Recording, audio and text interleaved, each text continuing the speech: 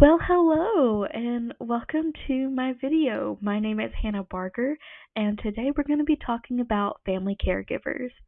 So, when I say family caregiving, what do you think of? There's a lot of different ways family caregiving can show up out in the real world, and a lot of different responsibilities family caregivers take care of. For instance, it can be getting someone groceries or taking care of household chores for them. It can be cooking dinner and meal prepping for them that so that they can eat. You can be their transportation, getting them to and from places, including doctor's appointments. Um, and as a caregiver, you'd be part of their medical care team, being in those doctor's appointments, making sure that you understand their medical care needs, making sure that they're taking any prescriptions they may have on a regular basis, and even being the one to administer those medicines. You're also able to be almost a mobility aid for people, helping them get up and down stairs, crossing streets, especially if they're kind of way beyond their feet. Um, Including this is installing mobility aids around the house so that your family member can move around more independently in their own space. Most importantly, though, a family caregiver is an advocate. You, as a caregiver, will know more about the challenges and hurdles that your family member faces.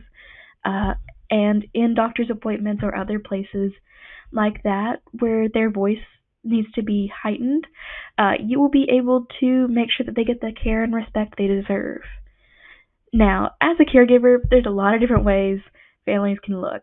It can be a parent and a child. It can be a grandparent taking care of their grandchildren, a spouse taking care of another spouse, adult children taking care of their aging parents. Family caregiving can look like a lot of different things, not even included on this list. So it's a pretty broad category for this type of dynamic. So, what does caregiving look like from the caregiver's perspective? And how can this lady help us take care of our caregivers? More on her to come. So, let's imagine you're caring for another person now. What is that going to look like?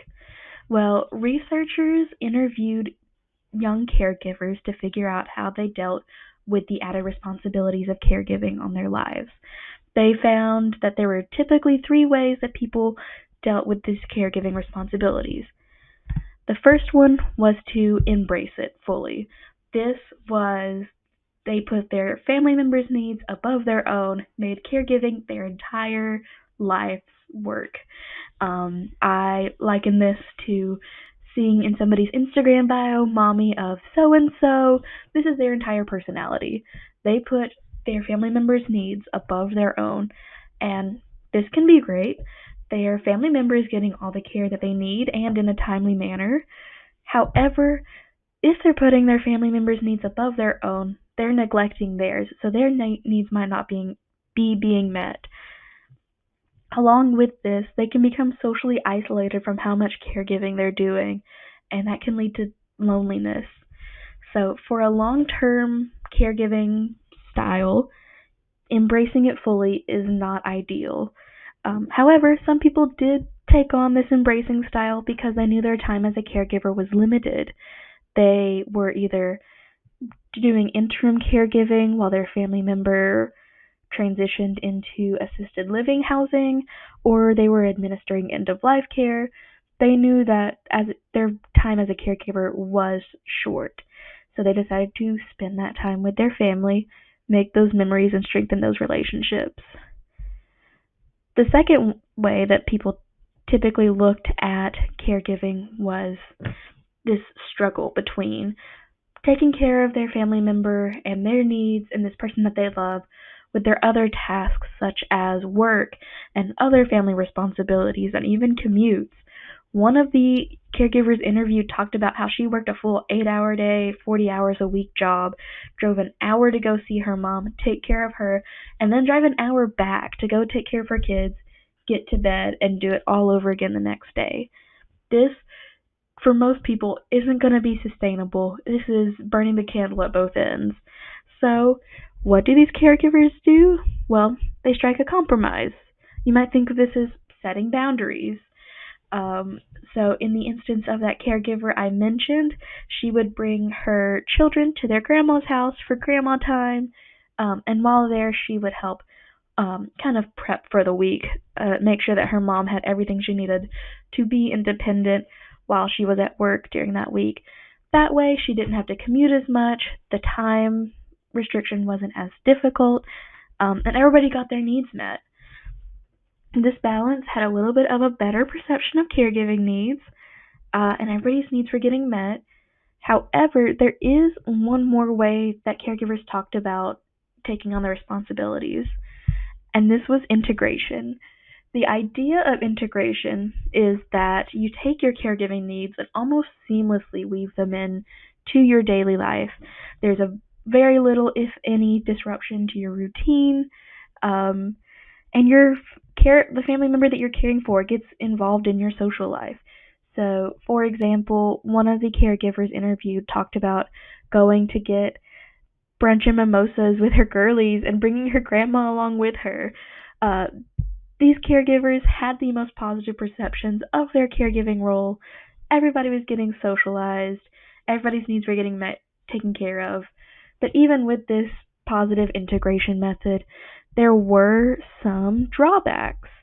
So caregivers are more likely to face mental stress, challenges with their mental well-being, depression, things like that.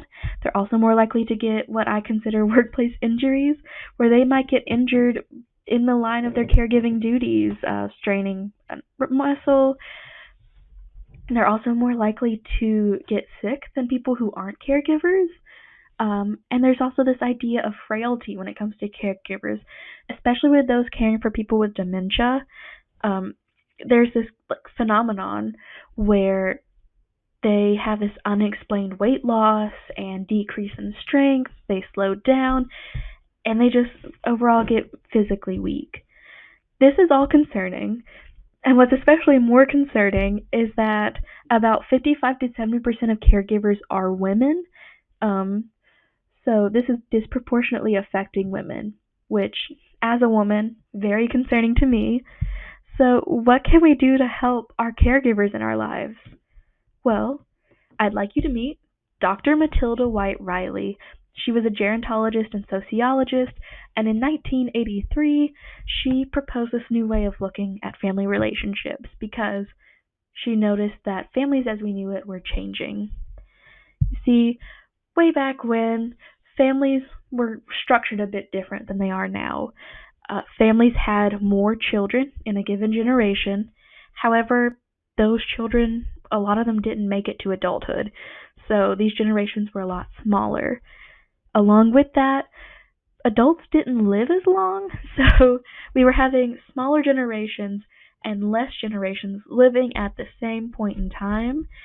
This is due to things like hazardous workplaces, illnesses that we didn't have treatments for, not as great medical care as we know it, such as labor and delivery. A lot of women died in labor.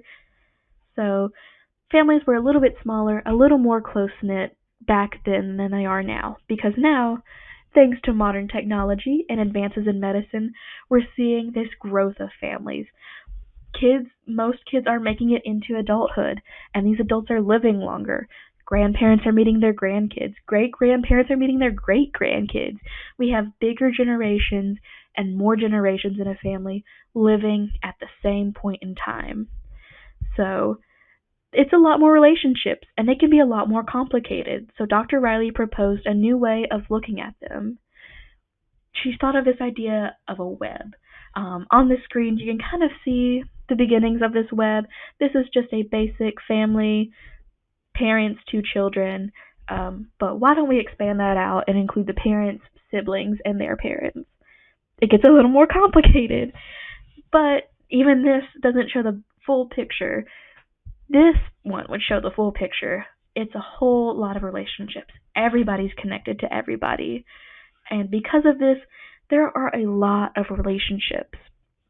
Now, like us, these relationships are constantly evolving. We are always changing as people. The people in our family are always changing. The distance between us is always shortening and lengthening. The strength of the relationship is always growing stronger or growing weaker. This is a dynamic, jumbly mess of relationships. And the thing with how she talked about these relationships is that they're activation based. So if you need something from a family member, you can activate that relationship and be able to get help. For example, my uncle called my dad for help because he needed a chainsaw because a a tree fell in his carport, and he didn't have a chainsaw, but my dad did. So he was able to activate that relationship to get the help he needed. This is a great theory and all, but what does this have to do with caregiving? I can hear you asking. Well, if we think of caregiving as an activated relationship between the caregiver and the person receiving care, that is a pretty maintained, activated relationship. More than one relationship can be activated at the same time. So, if we activate multiple relationships with these caregiving responsibilities, spreading out the caregiving load, if you will, more people can take on caregiving responsibilities, decreasing the likelihood of those negative effects of caregiving, making it easier for people to use that compromise or even integration method of caregiving, and overall just lightening the load off of one person in particular when it comes to caregiving. This can also help strengthen relationships with other people in your family, including the person that needs care. So overall, this is really beneficial for the family. And when it comes to caregiving, teamwork makes the dream work. Thank you for listening.